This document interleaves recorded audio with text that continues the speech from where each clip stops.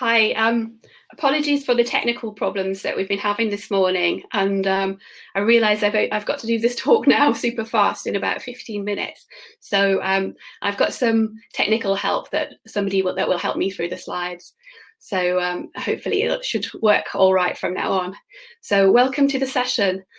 So I just want to briefly introduce myself. So my name's obviously Lisa, and I work as an independent careers advisor and coach. And I used to work for the NHS, and I still do work for the NHS in a freelance basis now. And so I'm delighted to have been invited along to this session today. So I'll go on to the next slide now and introduce what we're going to go through about career planning. So next. Okay. Oops. Okay, so I just want to get you to focus now about where you are in terms of your career planning. So are you at a career crossroads at this point of time? So if I want to make this interactive as well, so if you can think on a scale of 1 to 10, where 10 is where you are very close to a career crossroads and you have to make a career decision at the moment, and where 1 is maybe that's a while away, maybe a year off or 2 years off.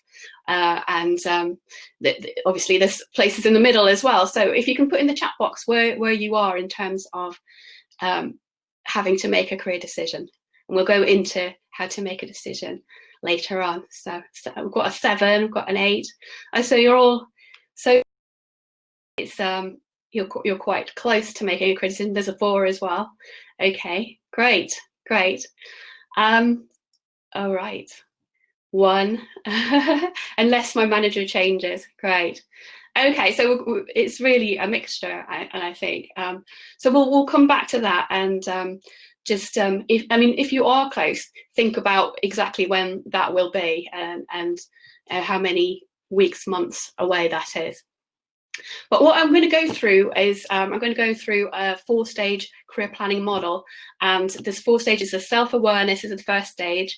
It's career exploration, there's arriving at a decision, and there's next steps. So we're going to particularly focus on self-awareness, which is the first stage. So I'm going to move us on to the next slide. So next slide. Okay, next. Yeah, great. So self-awareness, this stage is the first stage, and it's really looking at all these different areas. So there's quite a lot to look at here. So you've got your work values, and we'll do a little exercise in that in a minute. There's also thinking about your achievements, what you have achieved in your career, or in your school life to date, and what you're proud of is something that is important to think about and to dwell on as well. And it's also something that you can mention very easily at interview, and it's good to talk about what you're proud of in your career. And similarly, skills, you can do skills exercises on determining which skills you have, and some of these skills will be the personal softer skills, such as communication skills, which are really important for healthcare. Interests as well, so it could be like why you want to get into the healthcare sector in the first place. It could be an interest in a particular group of people, maybe a patient group like children, for example, or a fascination with the science behind everything to do with that career. So it's also to think about stresses and strains, not to be negative, but to think about things that you don't enjoy in your career. For some people it is public speaking. For other people it is having a lot of multiple things to do all at once and having a very pressurized job. So do think about those and notice those as you're going about your daily life, and it's good to have a bit of a reflection on those as well. And then role models, I want to say a little bit about role models, because I think this is the reason why very many people actually do go into a particular career is they meet somebody that they admire, and that person sort of encourages them, and you can actually see something in yourself that you'd like to emulate in that person, and very often that will mean that you want to go into a particular area, a particular career. So, and I would also say that thinking about people that you admire in like celebrities or in the public on TV as well is something that you can reflect on here. And then finally, there's personality type. And so this can be measured. It's difficult to measure personality, of course. It's not like just measuring something like with a tape measure, but there are psychometric assessments. There's one particular one, MBTI, which is the most famous one, which was developed in the 1960s, and it's still very popular, very much used.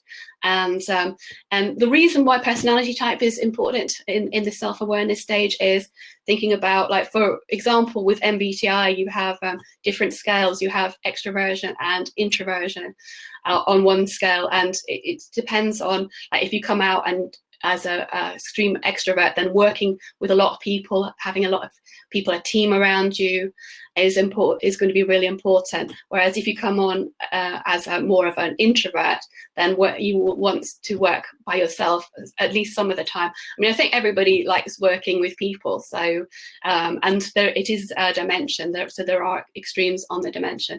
So it's worth that's just one dimension of MBTI. I really recommend a website called I Could. And if you could just Google that, it's a really well-known website, and there's a buzz quiz on there that's really similar to the MBTI, and it can give you some insight into your personality.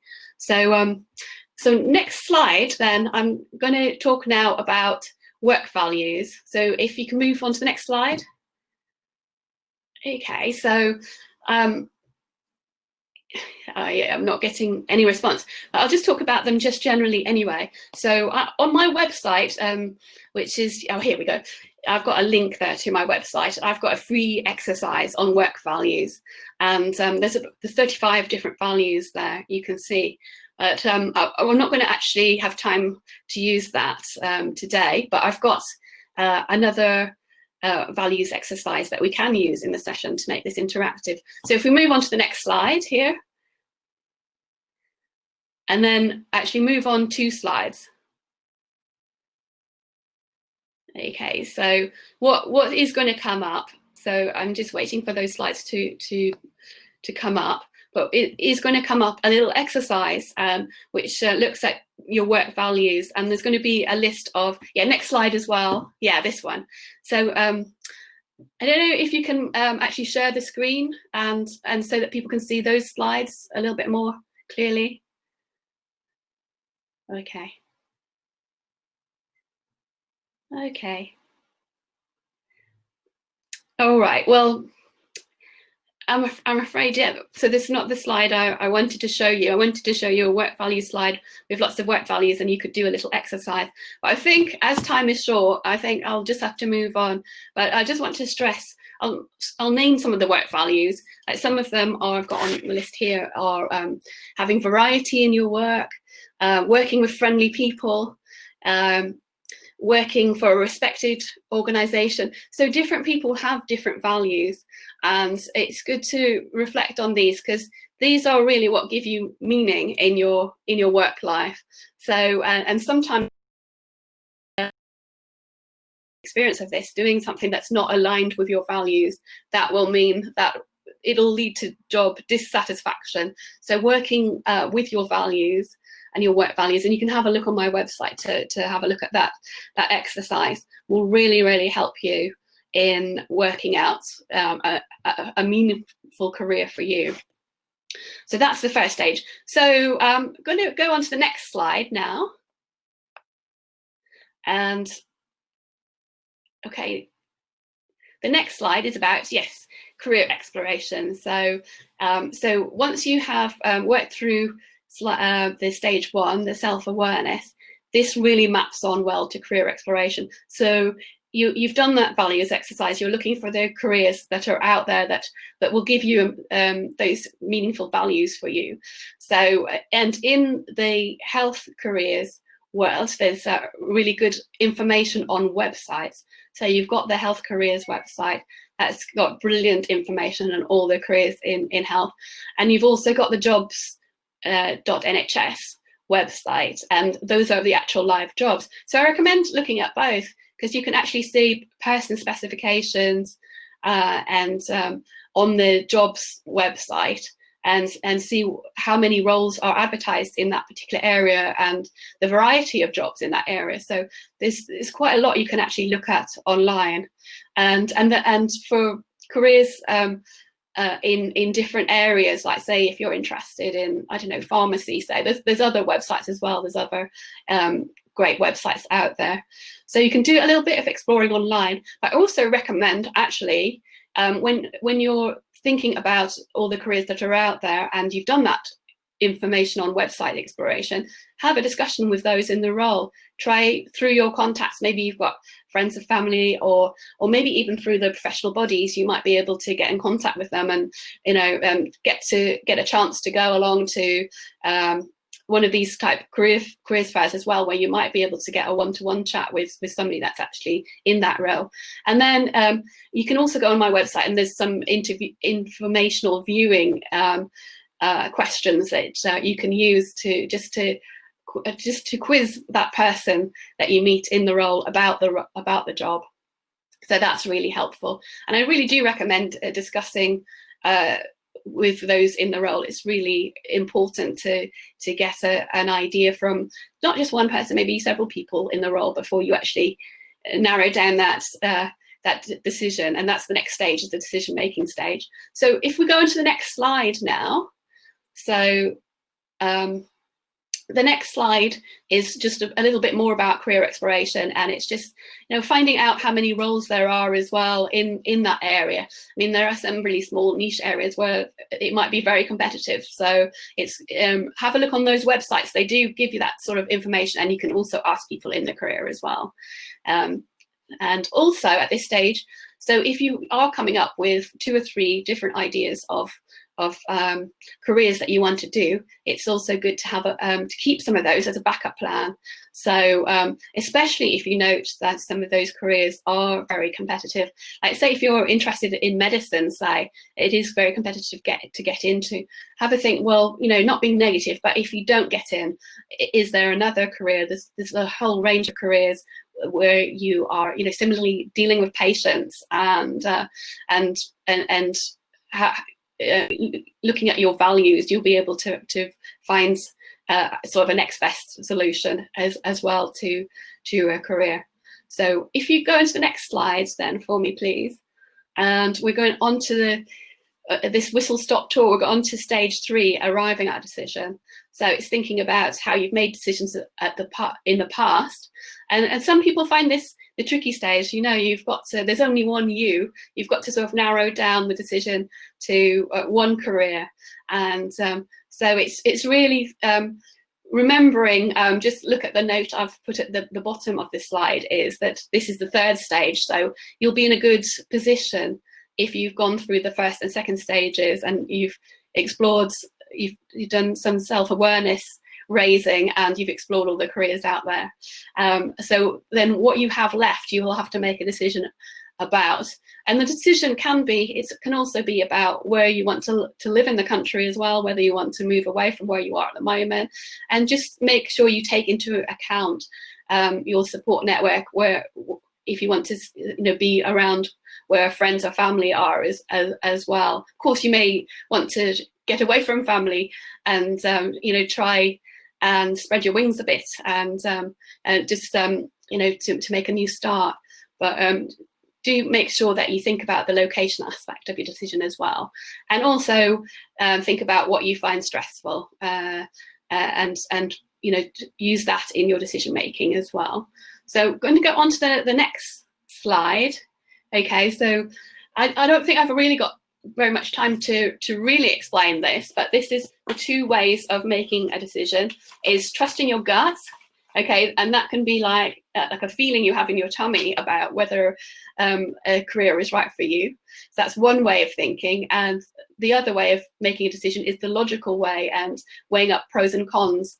And there's a link onto, so I'm sure you'll get these slides, there's a link onto the health careers websites, and there's some pros and cons exercises and SWOT analysis exercises on the health careers website I really recommend for using for this logical way of making a decision.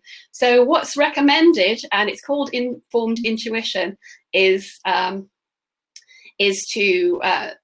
use both I call it thinking fast and slow. The thinking fast is the intuitive way, and the logical way and taking some time over it is the slow way.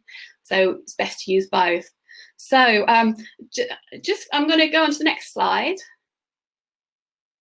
Okay, so the next slide is really other ideas that can help. So, talking through your ideas with someone can really help, and just trying, maybe, I know it might be difficult to arrange shadowing somebody, but in these COVID times, but thinking about that maybe in the future, can you try and shadow somebody in the area?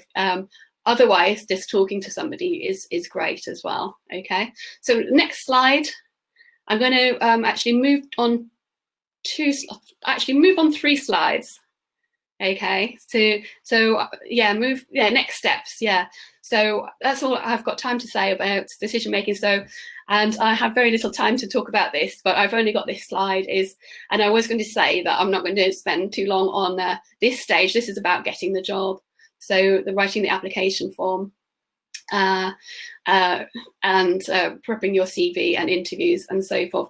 And there's lots of webinars and talks and books on this. So I'm just going to go on to the next slide then after this. And if you can keep clicking as well. Yeah, so the SCAN model, this shows what we've presented today. And I think I'm sort of running out of time. So I'll just explain very quickly. I won't go on to the next slide, so I'll just explain very quickly what the rest of the session was going to be about. It was going to be about staying competitive, and that's just keeping your CV up to date and so forth. And then taking time out as well. That how you if you do take time out, it's good. Like a career is not always just a straight line conveyor belt. It's sometimes a squiggly line, so you can see from the success diagram there how that works out. So I think that's really I've sort of run out of time now, so I think I'll just finish there. I think if you go through this 4-stage career planning model, it will help you find a career, and it will certainly help you also prepare you for the interview stage as well, because you'll be a good fit for the job, and you'll be a strong candidate when applying for the job. So thanks everybody. I think I'll have to finish there because it is gone time now, and I do apologize. This was a much shortened version of what I wanted to do, but I hope you got something from it anyway. Okay, thank you, and thanks everybody for coming along and saying thanks for the session. I do really appreciate that.